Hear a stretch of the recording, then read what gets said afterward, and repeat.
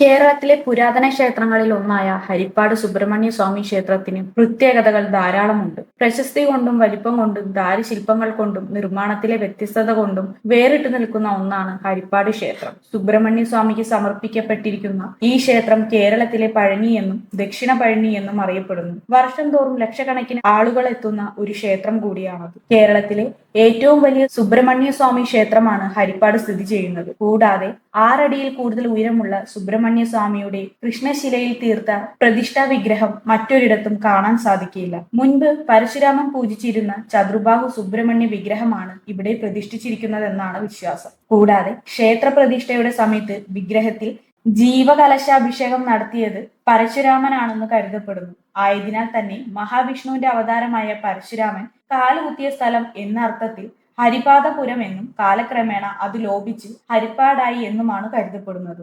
7 ഏക്കറോളമുള്ള മതിലകവും ചെമ്പുമേഞ്ഞ വട്ടശ്രീകോവിലും ഗോപുരങ്ങളും ദാരുശില്പങ്ങളും ആനക്കൊട്ടിലും മയിലിനെ ശിരസിലേറ്റുന്ന സ്വർണ്ണ കൊടിമരവും ഹരിപ്പാട് ക്ഷേത്രത്തെ മറ്റു ക്ഷേത്രങ്ങളിൽ നിന്നും വ്യത്യസ്തമാക്കുന്നു.